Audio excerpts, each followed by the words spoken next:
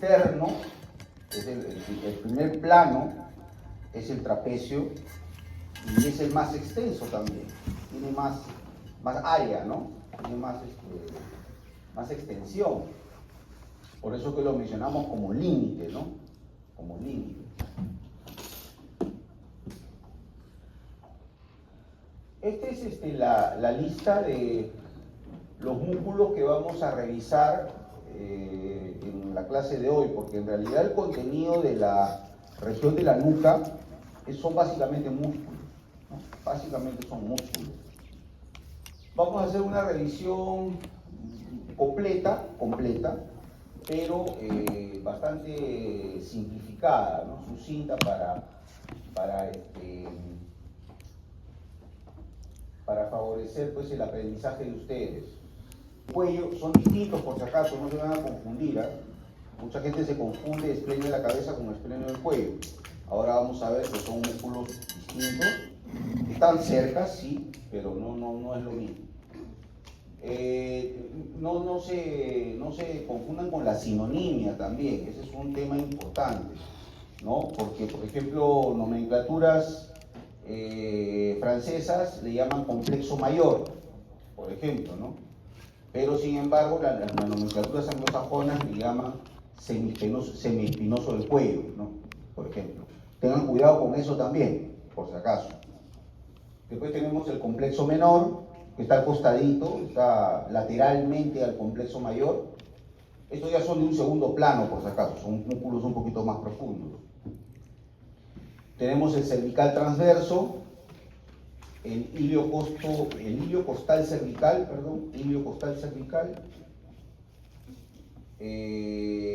Tenemos el recto posterior mayor de la cabeza, el recto posterior menor de la cabeza, el oblicuo inferior de la cabeza, el oblicuo superior de la cabeza. Estos cuatro músculos ya son un plano más profundo, ¿no? Es un tercer plano, ¿no? Plano más profundo, ¿no? Ahí es donde vamos a encontrar pues, el triángulo, ¿no? El triángulo occipital. Ahora lo vamos a ver. Y terminamos con el multífido, ¿no?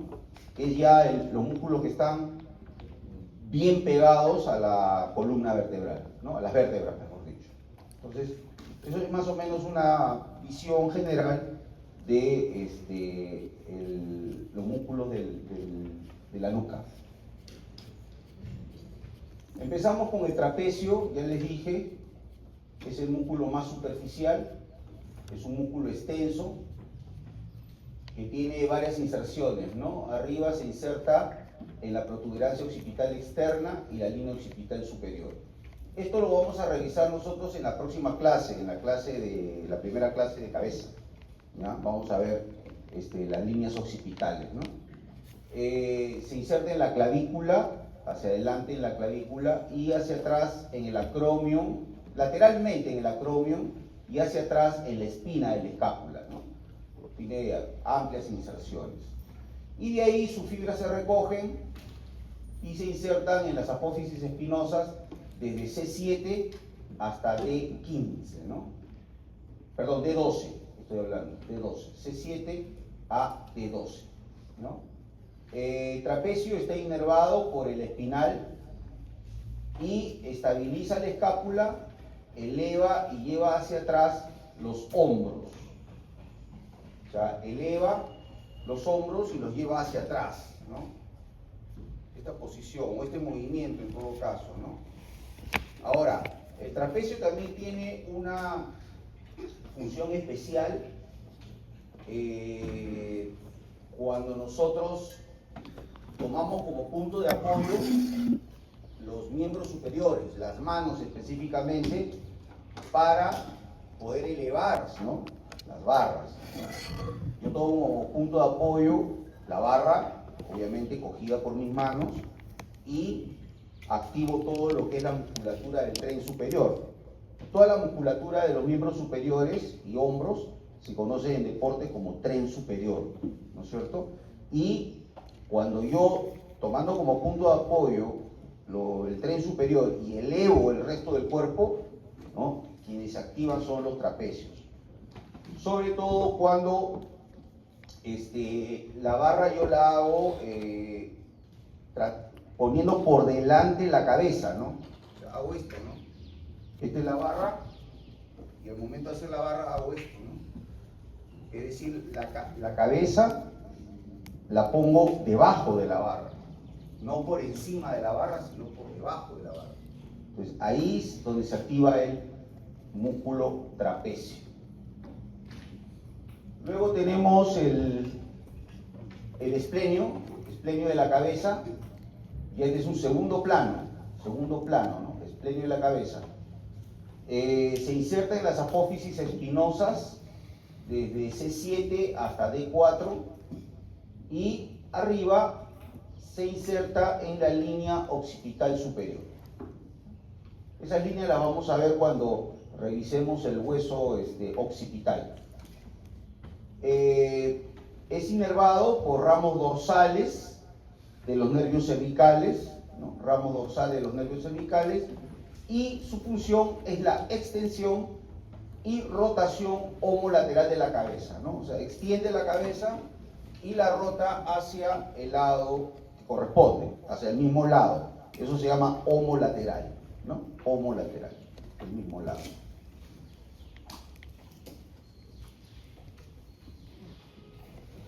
Luego tenemos otro músculo interesante que es el elevador de la escápula o angular de la escápula, ¿no? Se puede decir de dos formas, ¿no? Elevador de la escápula o angular de la escápula.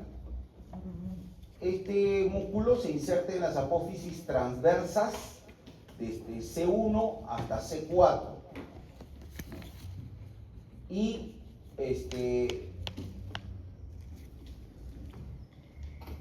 de ahí toma inserción en el ángulo superior de la escápula. Si recordarán ustedes, la escápula es un hueso de forma triangular y tiene un ángulo lateral, un ángulo inferior y un ángulo superior, ¿no es cierto? O también le pueden llamar medial, ¿no? Ángulo medial o superior. Ahí toma inserción, el elevador o angular.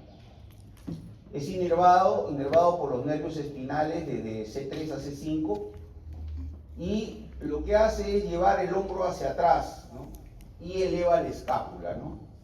O sea, bascula más que todo, no es tanto elevación, es un movimiento de basculación, es decir, cuando se contrae el angular, la escápula cambia de posición, ¿no? Hace esto, se bascula, ¿no? ¿Ya? Pero bueno, haciendo honor al nombre del músculo, hablamos de elevación, ¿no? Elevación. Aunque como le digo, yo particularmente considero que es un movimiento de báscula. Y también desciende el extremo, o sea, la parte lateral del hombro, ¿no? La desciende, ¿no? Entonces, esas son las acciones que podemos identificar en este músculo elevador o angular del escápula. Ahora sí tenemos el esplenio del cuello. Como ustedes verán, ya es un plano más profundo, ¿no? El esplenio del cuello se inserta arriba en las apófisis transversas desde C1 hasta C3 de las vértebras cervicales, y abajo se inserta en las apófisis espinosas de las dorsales, ¿no? 3 a 6. Acuérdense que dorsales, torácicas es lo mismo, ¿no? Este esplenio del cuello es inervado por ramos dorsales de los nervios cervicales y la función es extensión también y rotación homolateral. O sea, más o menos es sinérgico con el esplenio de la cabeza, ¿no? Es sinérgico. Por eso que muchas veces se confunde y piensan de que es el mismo músculo, pero no, son músculos distintos, ¿ok? Esplenio del cuello, perdón, ¿ya?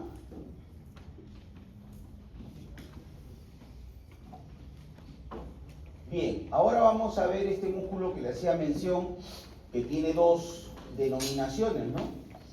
El complejo mayor o semiespinoso del cuello, es lo mismo.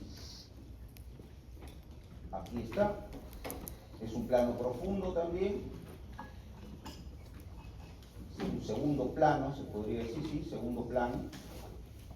Debajo del trapecio, obviamente este músculo se ubica debajo del trapecio.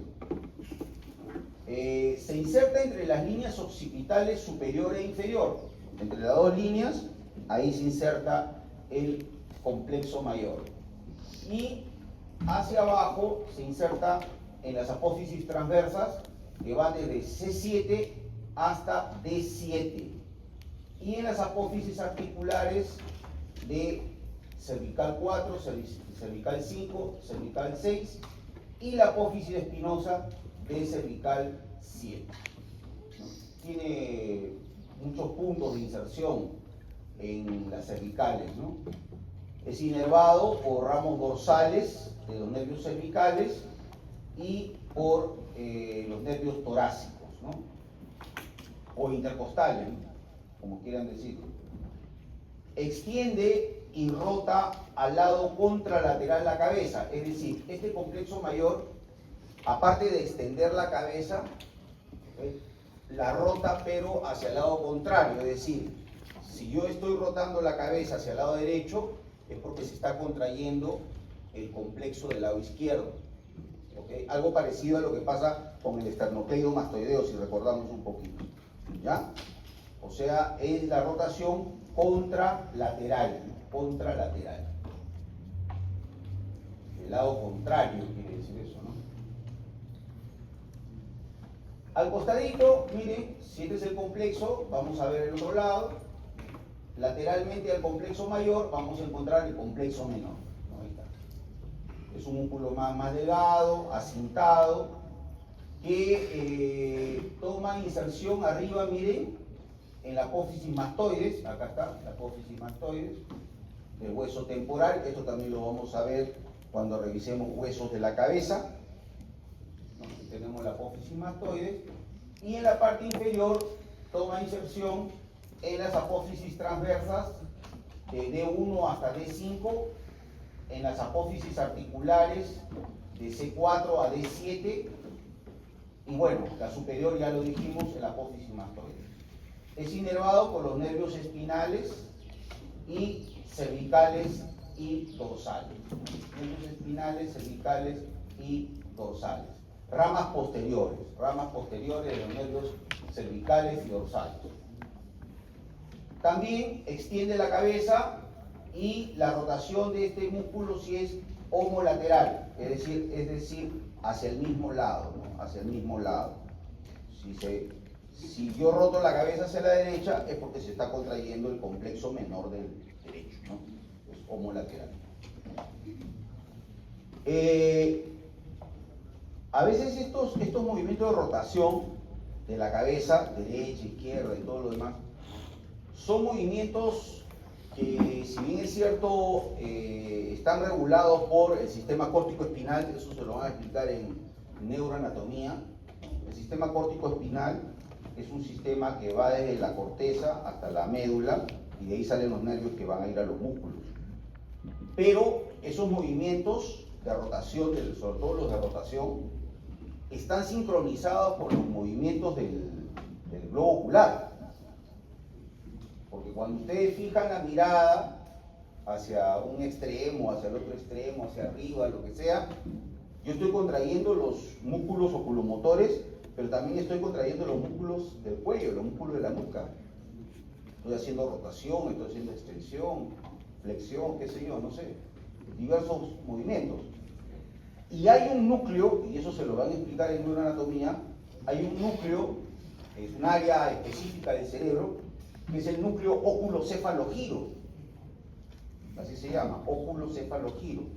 Es un núcleo que integra los movimientos del cuello con los movimientos de los ojos. ¿Ya?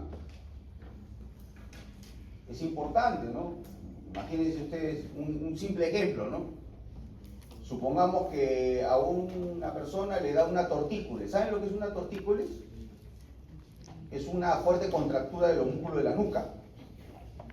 Y se quedan tiesos, pues no pueden rotar la cabeza. porque el músculo está contracturado y hay dolor. Y supongamos que esa persona quiere mirar hacia el lado derecho. ¿Qué tiene que hacer? Tiene que hacer esto, tiene que estirar todo el tronco. Esta es la postura y el movimiento que adopta la persona que está con tortícolis. Ya el momento que yo lo estoy viendo pasar al consultorio del paciente, ya yo sé que está con una tortícolis. Porque él entra así tieso, ¿no? Buenos días, y así gira así, ¿no? A las justas, ¿no? Gira el tronco, no gira el cuello, ¿no? Entonces, eso es importante, ¿no?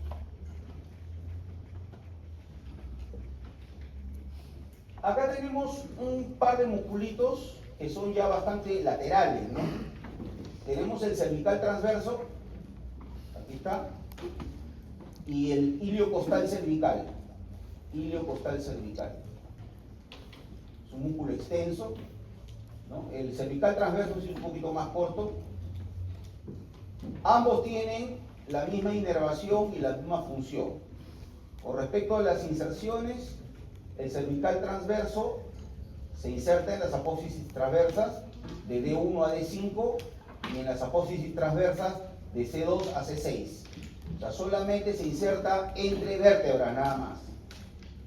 Y el iliocostal cervical se inserta en los ángulos de las costillas tercera, cuarta, quinta y sexta y en las apófisis transversas de C4 a C6. Estos músculos son inervados por los ramos dorsales de los nervios espinales y cervicales y dorsales, ¿no? Y su función es extensión y flexión lateral de la columna vertebral, ¿no? O sea, extiende la columna, hace esto y flexiona lateralmente, ¿no? Flexiona lateralmente y extiende la columna vertebral. O sea, prácticamente el movimiento de estos músculos ya no son movimientos de la cabeza, sino son movimientos propiamente de la columna vertebral. ¿Ya?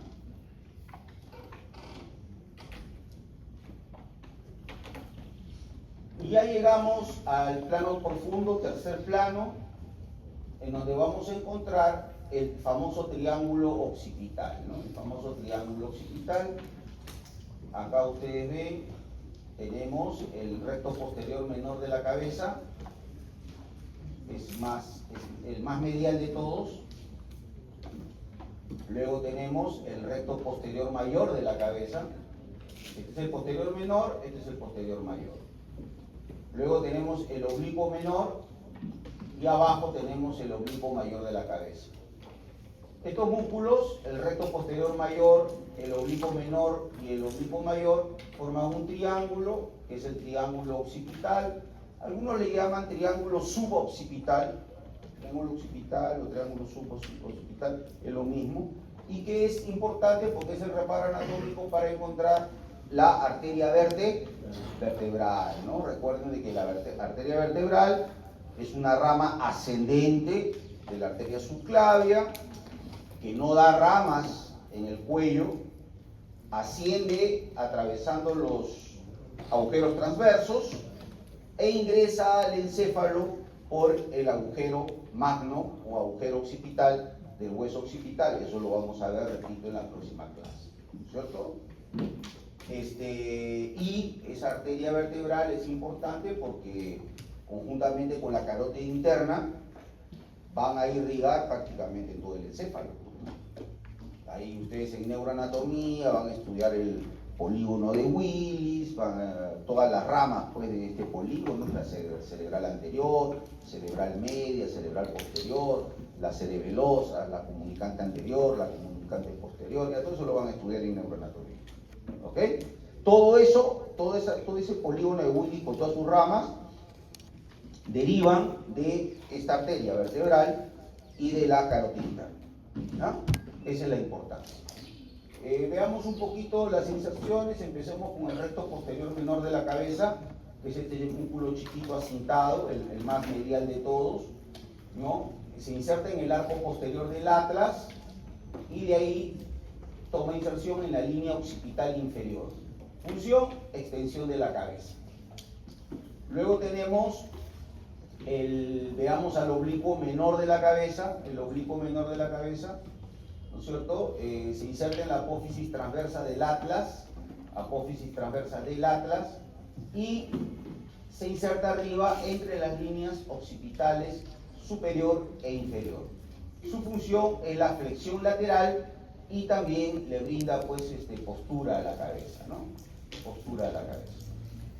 Luego tenemos el recto mayor, el recto posterior mayor de la cabeza. Aquí está. Se inserta en la apófisis espinosa del axis, que es la segunda vértebra, y arriba en la línea occipital inferior. Su función es la extensión y rotación homolateral de la cabeza, ¿no? O sea, extensión y rotación hacia el mismo lado de la cabeza. Y terminamos con el oblicuo mayor de la cabeza, que se inserta en la apófisis espinosas y lámina del axis, segunda vértebra, y en la apófisis transversa del atlas, hasta la apófisis transversa del atlas. Su función es también la rotación hacia el mismo lado, rotación homolateral de la cabeza. ¿Por qué no he puesto inervación? Porque la inervación es una fruta que cae de pura madura, ¿no? La inervación está dada por los ramos posteriores de los nervios espinales cervicales, ¿cierto? Los nervios espinales cervicales, ramos posteriores. Anatómicamente, ahí están los nervios y son los que le prestan inervación a todos estos músculos. ¿Ok? Muy bien. Y ya este es el cuarto plano. Ya el plano más profundo, ¿no?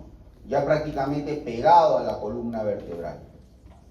Por eso es que en la clase de cuello, en la primera, me parece, sí, en la primera clase de cuello, se ve todo lo que es columna vertebral, ¿no es cierto? En teoría, si la anatomía es por segmentos, debería verse solamente columna cervical, pero lamentablemente la columna vertebral no lo permite, porque el comportamiento de la columna es prácticamente, actúa pues en bloque. No es que la columna cervical actúa por su lado y la dorsal por su lado, no, actúan en bloque. Sobre todo la cérvico-dorsal, ¿ok? Por eso es que ahora al analizar los multífidos, son músculos que se insertan en las apófisis articulares de C4 a C7, en la apófisis espinosa de la vértebra superior. Cuando decimos vértebra superior, estamos hablando de la apófisis espinosa de la vértebra que le antecede, ¿no es cierto? O sea, se inserta en las apófisis articulares de C4 y C7 y tiene otra inserción en la apófisis espinosa de la vértebra anterior, es decir, C3, C4, C5, C6 y C6, ¿no? En la superior. En la superior a C4, de C4 a C7, ¿no? Obviamente. Son inervados por los ramos dorsales, ¿no? De los nervios cervicales, y lo que hacen es estabilizar la columna manteniéndola erguida. Estabilizan la columna vertebral y la mantienen erguida, ¿no es cierto? Entonces acá tenemos una vista de todos los músculos multífidos, ¿no? Muy bien. Y este es el plano más profundo. ¿Qué arterias irrigan a los músculos de la nuca? Bueno, la vértebra no, la vertebral no, la vertebral ya hemos dicho, solamente pasa por ahí, pero no da ninguna rama. La cervical profunda, que es una rama del tronco costocervical de la subclavia, entra en la nuca pasando por debajo de la apófisis transversa de la séptima vértebra cervical e irriga los músculos profundos de la nuca, la cervical profunda. La occipital, que es rama de la carótida externa, ¿no? Ingresa a la nuca entre el occipital, o sea, se refiere al hueso occipital, y la apófisis transversa del atlas. Irriga los músculos de la nuca y termina en el cuero cabelludo en la región occipital. La escapular posterior, que es rama del tronco tiro-bicépico escapular, de la subclavia también, llega a la cara profunda del trapecio, pasando entre los cordones del plexo braquial. Luego se acoda y sigue el borde medial de la escápula e irriga el trapecio, el esplenio de la cabeza y el angular. Muy bien. Esa es la occipital, recordando un poquito, ¿no? Rama de la carótida externa. Y acá tenemos pues la escapular posterior, que acabamos de mencionarla, que la tenemos con el número 3, rama del tronco tiro-bicépico escapular. Tenemos la vertebral, que como ya les dije es un ave de paso en el cuello porque no da ninguna rama, es la número 6. Y tenemos la cervical profunda, que es esta de aquí, que sí irriga, esta sí irriga todos los músculos profundos de la nuca, ¿no? Muy bien.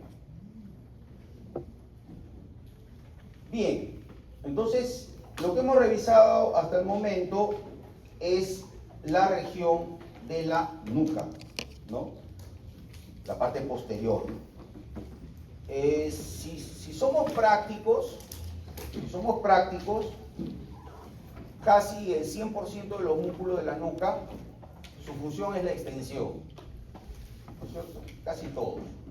Y uno que otro rota hacia el lado contrario, ¿no? La rotación contralateral, pero después todos son casi rotación homolateral. Entonces, ahora vamos a ver los músculos que están delante de la columna vertebral a nivel cervical. A eso se denomina región prevertebral. Estos músculos hacen lo contrario. ¿Y qué es lo contrario? Flexión de la cabeza. ¿Ya? Entonces, cuando venga una preguntita por ahí en el examen, no se hagan mucho problema. Si usted sabe que son músculos de la nuca, no hay pierde con la extensión. Y si son músculos de la región prevertebral, como vamos a ver a continuación, no hay pierde con la flexión. ¿Ya? Así que ese es un tip para que más o menos se guíen al momento que se les haga una pregunta en ese sentido. ¿Ya?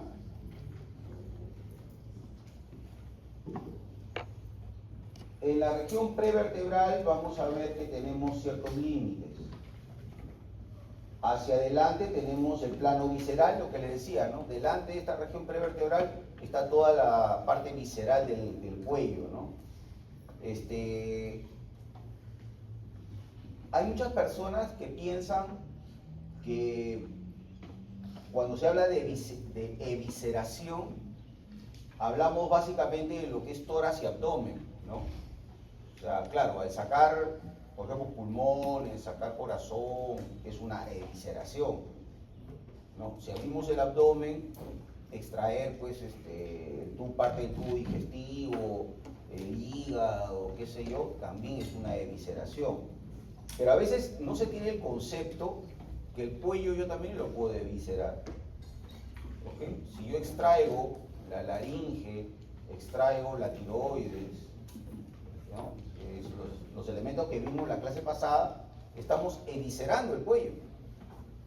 Es una evisceración. Y es más, o sea, el concepto va más allá. Si yo, por ejemplo, hago una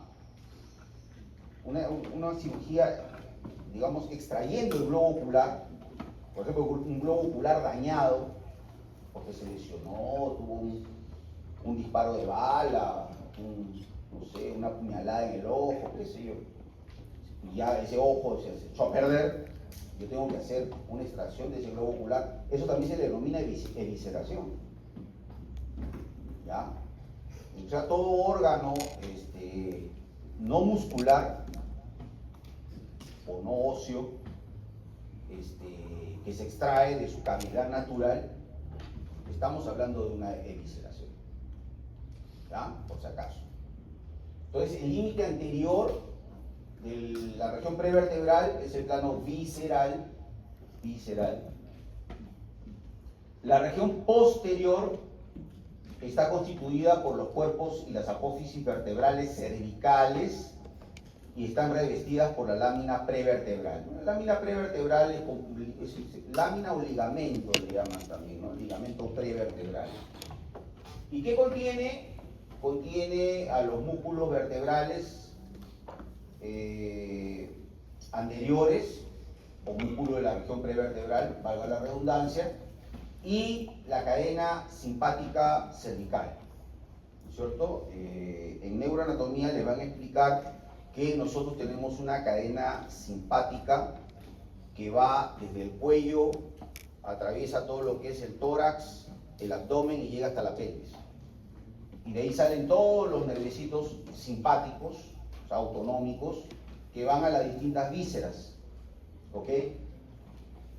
Es una cadena de ganglios nerviosos que están unidos entre sí, obviamente, y que se unen a la médula espinal a través de unos nerviecitos que se llaman ramicomunicantes.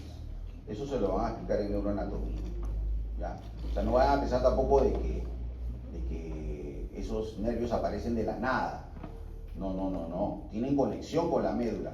Porque la médula, le van a explicar en neuro, que tiene dos astas posteriores que son sensitivas, dos astas anteriores que son motoras, y tiene una asta chiquitita lateral, asta lateral. De ahí salen los nervios simpáticos, que se van a este ganglio, esta cadena de ganglios, ahí se van esos simpáticos, ¿ok?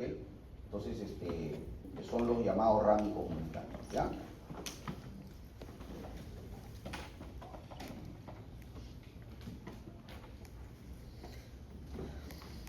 Muy bien, tenemos los músculos de la región prevertebral, son menos que la región de la nuca, son menos.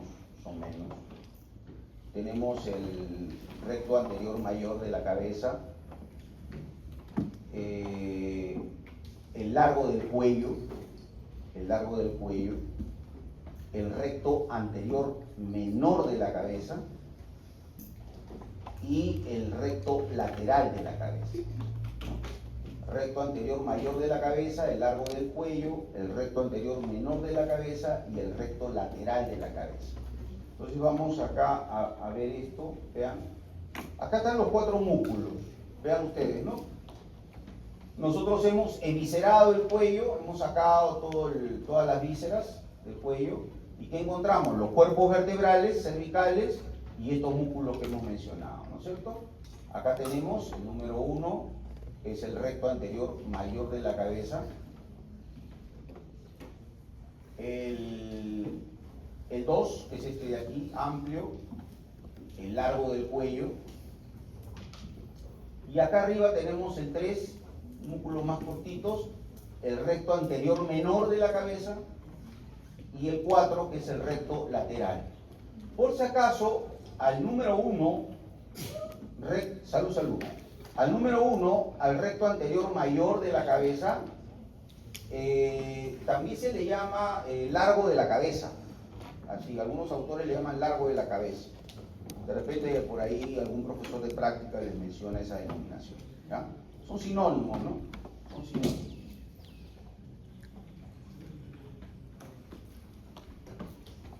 Vamos a hablar un poquito de este músculo, justamente que estamos hablando, el recto anterior mayor de la cabeza, ¿ok?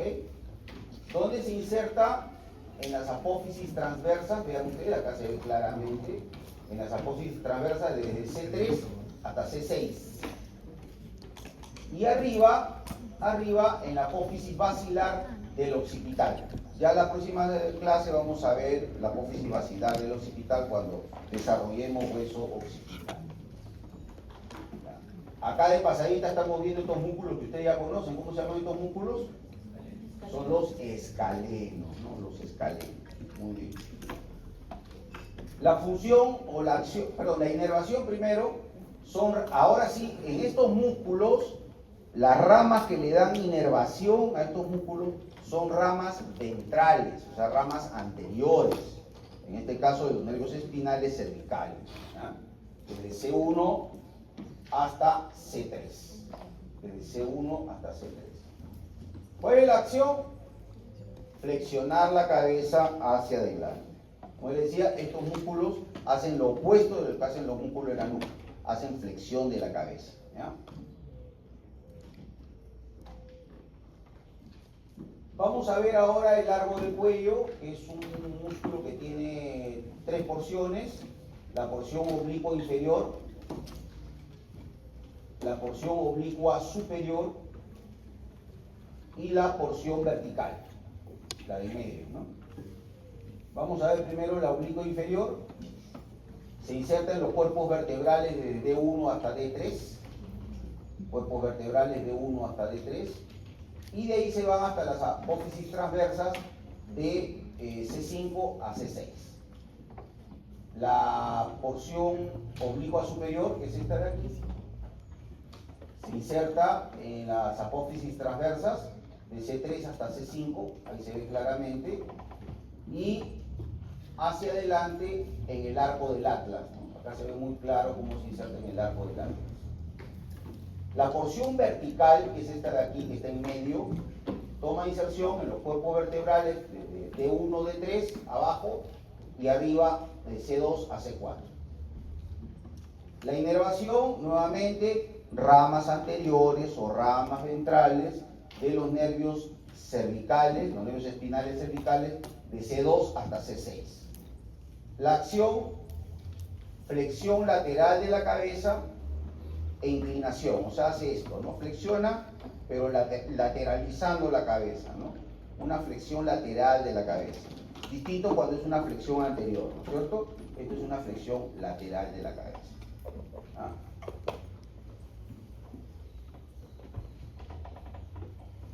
Ahora vemos este musculito, el recto anterior menor de la cabeza, el recto anterior menor de la cabeza, que es este de aquí, donde se inserta en la masa lateral del atlas y de ahí se va a la apófisis basilar del occipital. Está inervado por rama ventral de los nervios espinales, nuevamente rama ventral o rama anterior, es lo mismo, de los espinales cervicales, ¿no? Que va de C1 hasta C2. La acción, nuevamente, flexión de la cabeza, flexión de la cabeza. Y para terminar vamos a ver el recto lateral, este de aquí, también es un músculo chiquito, que se inserta acá en la apófisis transversa del atlas y de ahí se va a la apófisis yugular del hueso occipital. Apófisis yugular del hueso occipital. ¿Ya? Nuevamente, está inervado por ramos ventrales o anteriores de los nervios espinales de C1 y C2. Acción, nuevamente, flexión lateral de la cabeza, ¿no? Una flexión lateralizada. ¿Ok? Muy bien.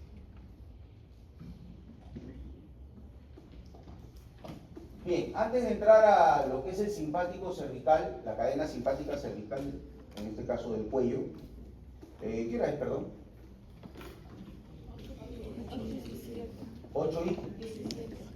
Se supone que tenemos clase hasta las 9, ¿no? Ya, vamos a hacer un pequeño intermedio de unos 10 minutos, ¿ya? Porque ya lo que queda es bastante poco, pero es importante. Vamos a dejarlo para el final, ¿ya? 10 minutitos y regresamos, ¿ok? Porque estamos hablando de toda la inervación simpática que van a recibir vísceras importantes como la glándula tiroides, como el corazón, pulmón, tráquea, bronquios, etc. ¿Ya? Entonces, la cadena, quizá el título más apropiado hubiera sido cadena, ¿no? Simpática cervical, cadena simpática cervical. Vamos a ver algunos criterios generales. Es una cadena nerviosa que se extiende desde la base del cráneo, hasta el orificio superior del tórax. Claro, ahí esa cadena no se termina, por si acaso, ¿eh? Estamos hablando solamente de la cadena simpática de la parte cervical, pero eso después se continúa dentro del tórax. Esa cadena simpática continúa dentro del tórax y después continúa dentro del abdomen. Por si acaso, ya no se vaya a pensar que solamente en la región cervical nada más. Ya cuando llega al orificio superior del tórax, ahí ya obviamente pues ingresa al tórax, ¿no? Presenta tres ganglios, el superior, el medio y el inferior. El ganglio superior es el más voluminoso y es alargado. El ganglio medio es pequeño y es de distintas formas. Y el ganglio inferior muchas veces está fusionado, se une al primer ganglio torácico, ¿no? O sea, al primer ganglio de la cadena torácica, formando ese conjunto, el llamado ganglio estrellado. Está de más decirles, no está de más decirles porque no han llevado todavía neuro, pero sí han llevado histo, ¿no? ¿Histo ya llevaron? Sí, ¿no?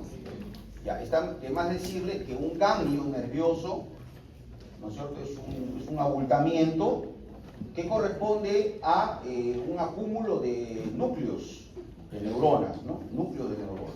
Eso es un ganglio. Y obviamente que de ahí salen los axones, formando pues ya las fibras nerviosas, ¿ya? Que van a conformar los nervios, ¿no? Obviamente, los nervios simpáticos.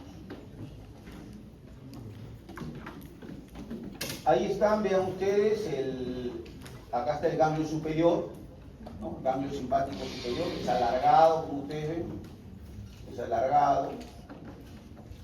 Luego tenemos el ganglio, este de aquí, el medio, es más chiquito. Y después ya casi entrando al tórax, tenemos el inferior, que está fusionado con el primer ganglio torácico, ¿no? o dorsal, formando el ganglio estrellado.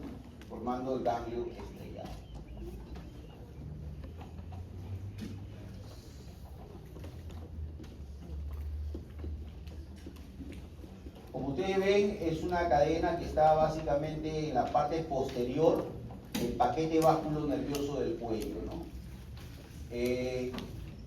Yo estaba en la disyuntiva de si desarrollar esta cadena simpática en cuello visceral, ¿no es cierto?, que también correspondería, o hacerlo aquí en esta última clase. Decidí hacerlo en esta última clase porque la clase anterior, la de cuello visceral, era muy cargada en contenido. Es por eso que mejor dejé esto para la clase última, ¿ya? Vamos a ver cuáles son las ramas colaterales del ganglio cervical superior. Vamos a ver el cervical superior. Vamos a ver las ramas craneales o superiores, o sea, las que se van para arriba. Hacia atrás, posteriormente, ramas que se anastomosan con los nervios glosofaringio, vago e hipogloso. Y hacia adelante, ramas anteriores que forman un plexo carotidio y el plexo cavernoso. A ver, acá quiero explicar qué es un plexo. Un plexo vascular, o sea, un plexo nervioso vascular, son ramas nerviosas simpáticas que envuelven al vaso sanguíneo, ¿no? Pueden envolver a la carótida, pueden envolver al seno cavernoso, envuelven al vaso sanguíneo como si fuera una mallita, una malla, forman un entramado, una malla, y así los nervios van trepando, van subiendo para llegar a su destino final, al órgano al cual van a inervar, ¿ya? Ese es un plexo, ¿ya? No vayan a pensar que es un plexo venoso, un plexo vascular, un plexo arterial, no, es un plexo nervioso, pero que se aprovecha del vaso sanguíneo para ingresar al área de la víscera que van a inervar, ¿ya? O a la zona donde está la víscera que van a inervar.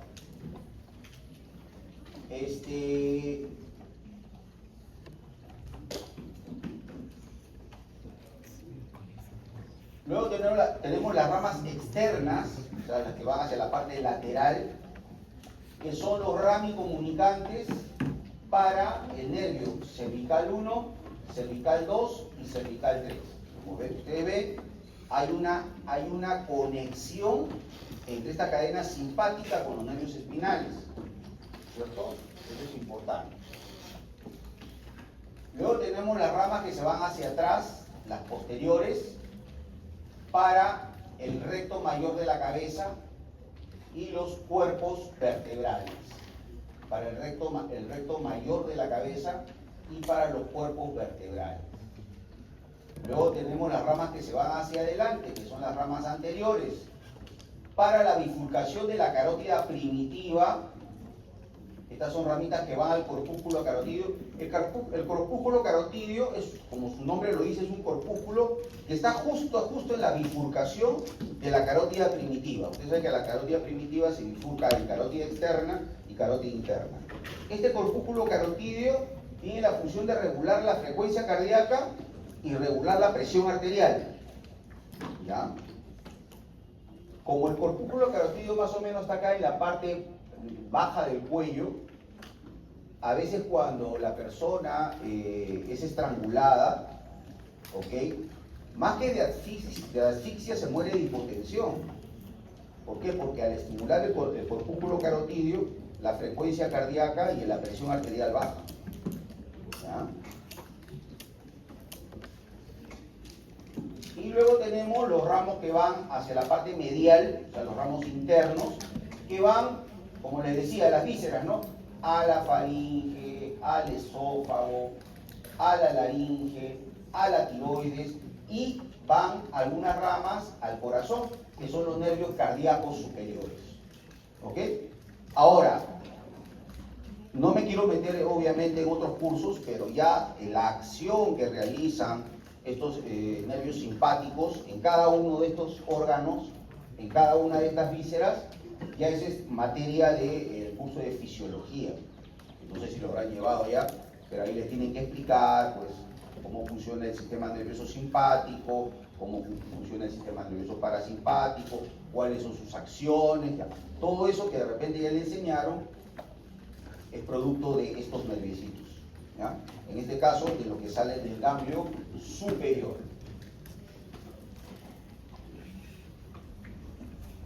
Ahora tenemos el ganglio medio, ¿no? El más chiquito. ¿Qué vamos a encontrar? Nuevamente, los ramicomunicantes, que son justamente las comunicaciones del sistema simpático con la médula espinal. Ya lo había explicado un poco en la primera parte de la clase. En este caso, para C4 y C5. Cuando digo C4, C5 no me refiero a la vértebra, por si acaso. ¿A qué me estoy refiriendo? A los segmentos cervicales de la médula cervical. A los segmentos de la médula cervical, por si acaso, no se confundan. Luego tenemos los ramos viscerales, nuevamente para la tiroides y también para el corazón, que son los nervios cardíacos medios. Nervios cardíacos medios. Y tenemos ramas vasculares para los plexos de la carótida primitiva y la arteria tiroidea inferior.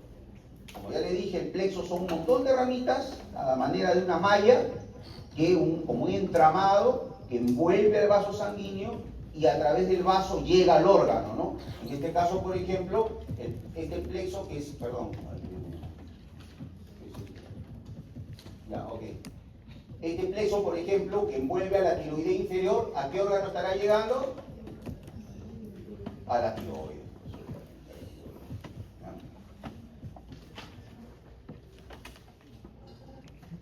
Y luego tenemos, para terminar, el ganglio cervical inferior. Nos va a dar nuevamente los ramicomunicantes, o sea, la conexión con la médula para el segmento medular C5, C6, C7, C8 y D1. Recuerden ustedes que en el caso de la columna cervical no hay una correspondencia entre las vértebras y los segmentos medulares. ¿Las vértebras cuántas son? 7. Los segmentos medulares cervicales son 8. ¿Ya? Por si acaso. También tenemos ramos para la arteria subclavia, plexo subclavio, y para la arteria vertebral, ¿no? Plexo vertebral. Luego tenemos los ramos viscerales, que van obviamente a las vísceras. Acá tenemos los cardíacos inferiores, para el corazón, a la pleura del pulmón, ¿no? Para la cúpula pleural y para el esófago. ¿Ya? Como ven ustedes, casi todos los órganos que ellos llegan a vísceras, ¿no es cierto? Que es donde se va a desarrollar pues, la autonomía del sistema nervioso, ¿no? Tanto simpático como parasimpático. Este es simpático en este caso, ¿no? Y unas ramas anastomóticas, ¿no? Que hacen una cita, el asa que le hacen a la subclavia, es un nerviecito que le envuelve la subclavia y se une con el nervio frénico, ¿no es cierto? Esta asa sirve para unirse con el nervio frénico.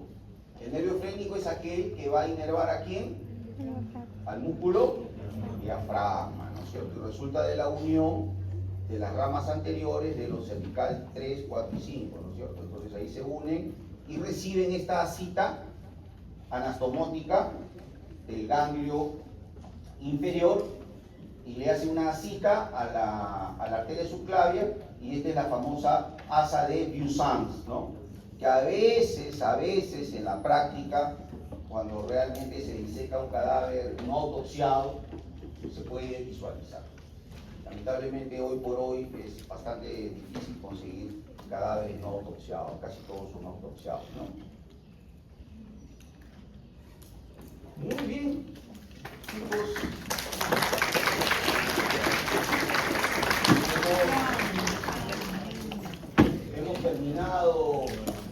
Hemos terminado cuello, ¿cierto? Para mí ha sido muy buena noticia, yo estaba un poco perdido.